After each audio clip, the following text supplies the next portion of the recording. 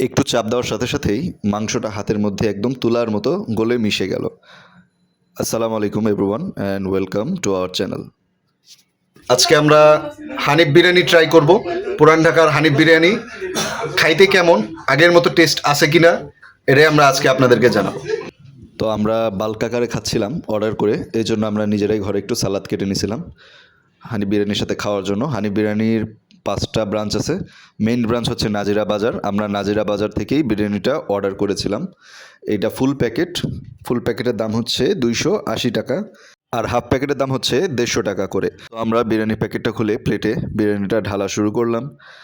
আমরা বিরিয়ানিটা আর একটু গরম খেতে পারলে হয়তো আরও বেশি এনজয় করতাম, কিন্তু যেহেতু আমরা পার্সেল করে খেয়েছি এই জন্য আমরা বিরিয়ানিটা এত বেশি গরম পাই নাই, স্বাভাবিক।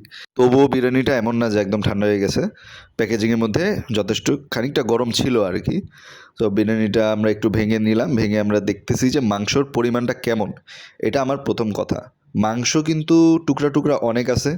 যে মাংসগুলো আছে সেগুলো আসলে খাসির মাংসের যে সমস্যা আমার কাছে যেটা লাগে, যে কারণে আমি খাসির মাংসের বিরিয়ানি পছন্দ করি না, সেটা হচ্ছে হাড্ডির পরিমাণটা অনেক বেশি থাকে। চালগুলো কিন্তু খুবই ঝরঝরে, অনেক বেশি তৈলাক্ত এমন না, আবার তেল ছাড়া একেবারে এমনও না, মোটামুটি। মাংস যেটা ধরছি আমার কাছে সত্যি বলতে খুব সফট লাগতেছে। একদম গরম বিরিয়ানি না, স্টিল মাংসগুলো কিন্তু ধরলেই যেন হাতে গলে যাচ্ছে, এই বিষয়টা আমার কাছে ভালো লাগছে। আর যে বিষয়টা আমার কাছে ভালো লাগে নাই সেটা হচ্ছে হাড্ডির পরিমাণ। কারণ হচ্ছে হাড্ডি আসলে যদিও খাসির মাংস, তবু হাড্ডি আরেকটু কম হইলে আর মাংসের পরিমাণটা একটু বেশি হইলে নিজের কাছে খাইতে ভালো লাগে। তো আমরা একটু লেবু চিপে নেব। লেবু চিপে একটু টেস্ট করব যে বিরিয়ানিটা আসলে খাইতে টেস্টটা কি আগের মতো আছে কি না। বিরিয়ানিটা আমরা অনেক আগে খাইছিলাম, বিরিয়ানি আগের মতো আছে সত্যি কথা বলতে গেলে। টেস্ট অনেক বেশি ভ্যারি করছে এমন না, কিন্তু মনে করেন যে মাংসটাই সমস্যা। আর রাইসটা কিন্তু খুবই ফ্লেভারফুল, অনেক মশলা না দেওয়ার পরও এইসব রাইস কিন্তু শুধু শুধুই খাওয়া যায়। এমন না যে কাচ্চি বিরিয়ানিতে যেভাবে রাইসে মশলা দেয় এরকম কিন্তু এখানে দেওয়া হয় না, স্টিল রাইস আপনি শুধু খাইতে পারবেন। টেস্ট কিন্তু অনেকই ভালো। আর তার পাশাপাশি যদি বলি মাংস, যেই মাংস সলিড পাচ্ছি বা পিস পাচ্ছি সেগুলো কিন্তু খুবই সফট ছিল, ভালো ছিল।